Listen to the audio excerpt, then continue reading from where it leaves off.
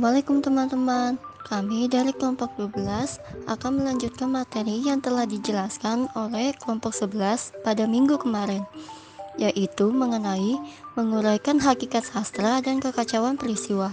Kelompok 12 terdiri dari Nabila Sadiah, Hairunisa Utafiani, dan Anissa Nuraini. C. Definisi sastra menurut para ahli. Menurut Sumarno dan Saini, sastra adalah ungkapan pribadi manusia berupa pengalaman, pemikiran, perasaan, gagasan, semangat, keyakinan dalam suatu bentuk gambaran konkret yang membangkitkan pesona dengan alat-alat bahasa. Menurut Panuti Sujiman, sastra adalah karya lisan atau tulisan yang memiliki berbagai ciri keunggulan seperti keorisinalan, keartistikan, keindahan dalam isi dan ungkapannya. Menurut Ahmad Badrun, kesusastraan adalah kegiatan seni yang menggunakan bahasa dan garis simbol-simbol lain sebagai alat yang bersifat imajinatif. Menurut Semi, sastra adalah suatu bentuk dan hasil pekerjaan seni kreatif yang objeknya adalah manusia dan kehidupannya menggunakan bahasa sebagai mediumnya. D. Fungsi sastra dalam masyarakat. Secara umum, sastra mempunyai dua manfaat atau fungsi utama, sebagaimana yang dikemukakan oleh Horatius, yaitu duos et utile.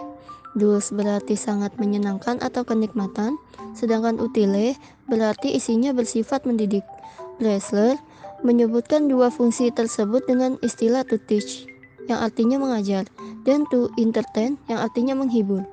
Fungsi menghibur artinya sastra memberikan kesenangan tersendiri dalam diri pembaca, sehingga pembaca merasa tertarik membaca sastra. Fungsi mengajar artinya sastra memberikan nasihat dan penanaman etika, sehingga pembaca dapat meneladani hal-hal positif dalam karya sastra. Sastra memiliki fungsi dalam kehidupan masyarakat, yaitu fungsi rekreatif. Sastra sebagai media hiburan. Maka dari itu, sastra harus dapat memberikan hiburan ataupun menjadi media yang menghibur kepada para pembacanya. Bagi sebagian orang, membaca sastra merupakan hiburan tersendiri. Dengan membaca kisah sastra, barangkali pembaca akan fokus pada konflik yang terjadi di dalamnya, dan untuk sesaat melupakan konflik yang terjadi di dunia nyata. Dengan membaca kisah sastra, barangkali pembaca akan tersenyum sendiri, menikmati keindahan kisah cinta yang tersaji, atau justru menangis kecil ketika merasakan kesedihan dalam karya sastra, atau bisa tertawa jika memang penulis memberikan lelucon yang menarik di dalam karyanya. Lalu, ada fungsi didaktif. Sastra adalah pendidikan. Maka dari itu, sastra harus dapat memberikan pengetahuan dan wawasan kepada penikmatnya mengenai seluk-beluk yang ada di dalam kehidupan manusia. Dengan membaca karya sastra, pembaca mungkin akan mendapatkan ilmu-ilmu baru di dalam karyanya. Karena sejatinya, karya sastra adalah membahas tentang berbagai aspek kehidupan yang bisa membuat pembacanya merasakan hal-hal yang sulit dirasakannya secara nyata. Fungsi estetis sastra adalah keindahan. Maka dari itu, sastra harus mampu menghadirkan nuansa keindahan melalui dunia seni untuk setiap penikmatnya. Gemulai tarian kata yang berjejer indah di dalam karya sastra bisa menjadi nuansa keindahan bagi penikmatnya. Sastra harus memiliki keindahannya sendiri, tidak harus rumit dan sulit. Tapi keindahan harus tetap ada. Setiap calon penulis karya sastra harus mampu mengartikan keindahan apa yang dimaksud dalam karya sastra tersebut. Fungsi moralitas. Sastra berfungsi sebagai media yang memberitahukan ataupun menggambarkan berbagai hal yang bisa mencerminkan moral yang baik dan juga buruk. Sastra yang baik selalu mengandung moral yang tinggi. Semua karya sastra besar di Indonesia memiliki nilai moralnya sendiri. Kisah Siti Nurbaya, karya Marah Rusli misalnya, salah satunya memberikan moral tentang cinta dan budaya. Begitu pula dengan puisi Tanah Air dari Muhammad Yamin, syarat moral akan kemerdekaan. Fungsi religius. Sastra berfungsi sebagai sebuah karya yang mengandung berbagai macam ajaran agama yang dapat dicontoh ataupun diteladani oleh setiap pembacanya. Sebagai bangsa yang dibuat berdasarkan kepercayaan atas Tuhan Yang Maha Esa, tentu aspek agama sebaiknya tidak hilang dari karya sastra. Ingat, sastra adalah hasil dari budaya masyarakat. Artinya, masyarakat yang beragama sudah seharusnya menyusun karya sastra yang memberikan perspektif tentang agama. Kekacauan peristiwa dalam susastra atau anakronisme. Berbicara dan membahas tentang peristiwa dalam sastra, kita tak akan terlepas dari urusan kronologi, karena peristiwa dalam kesusastraan sangat erat kaitannya dengan waktu dan ruang yang merupakan ranah lingkungan kejadian yang diangkat dalam suatu karya sastra.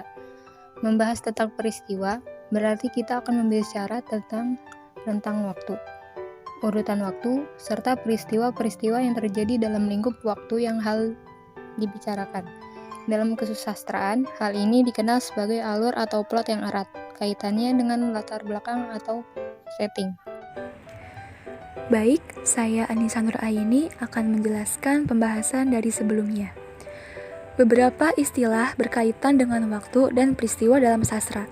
Yang pertama ada kronologi, yaitu ilmu tentang pengukuran kesatuan waktu, seringkali juga dipahami sebagai susunan waktu peristiwa sejarah yang tersusun secara berurutan dan benar terjadinya, yang mempermudah dalam memahami peristiwa sejarah dan menghindari anakronisme terhadap rententana. Yang kedua, ada kronik, yaitu catatan peristiwa berdasarkan urutan waktu kejadian, atau segala hal yang berkaitan dengan waktu. 3. Ada sinkronik, yaitu keterkaitan peristiwa yang terjadi dalam lingkup suatu masa yang terbatas. 4. Ada diakronik, adalah pendekatan terhadap bahasa dengan menilik perkembangan sepanjang waktu yang bersifat historis. Dan yang terakhir ada anakronik, yaitu ketidakcocokan dengan masa yang berlaku dalam peristiwa sejarah, ditunjukkan dengan penempatan peristiwa, latar, tokoh yang tidak sesuai realitas peristiwa yang sebenarnya. Lalu pembahasan selanjutnya ada pengertian anakronisme. Anakronisme secara etimologis berasal dari bahasa Yunani dari kata aphaana yang berarti melawan dan pokos kronos yang berarti waktu, yakni ketidaksesuaian kronologis dalam suatu karya, khususnya penempatan seseorang, peristiwa, benda, atau adat istiadat yang tidak sesuai dengan latar waktunya. Anakronisme dapat terjadi dalam cerita atau narasi sejarah, lukisan, film, atau media apapun. Dalam sastra, anakronisme adalah penempatan peristiwa, tata latar, tokoh maupun dialog yang tidak sesuai dengan tempat atau waktu yang dipilih sastrawan dalam karyanya. Anakronisme umumnya terjadi dalam karya sastra yang bersifat realistis, entah yang fiksi ataupun non-fiksi, dengan mengambil tata latar di masa lampau. Adanya anakronisme dalam sebuah karya sastra dapat mengurangi efek logika sastra dan mengurangi kepercayaan pembaca terhadap kualitas karya sastrawan tersebut. Namun, anakronisme ini seringkali disengaja demi efek dan nilai lambang sastra dalam karya-karya modern, seperti dalam aliran surrealisme yang lebih menekankan kelenggangan peristiwa yang tidak terikat oleh waktu dan tempat.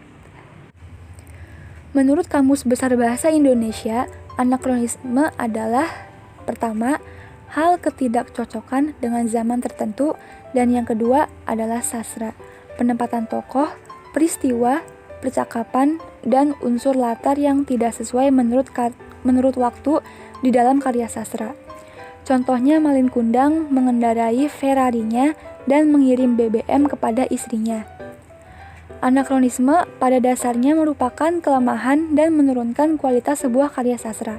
Namun, kesenjangan meramu anakronisme dapat menjadi keunikan dan kelebihan tersendiri bagi sebuah karya. Pertunjukan wayang sering memasukkan hal-hal yang bersifat anakronistis yang berasal dari budaya kini, khususnya dalam adegan goro-goro.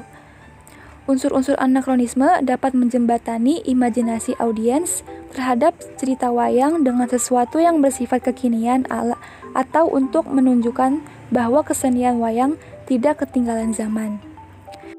Demikian presentasi dari kelompok kami.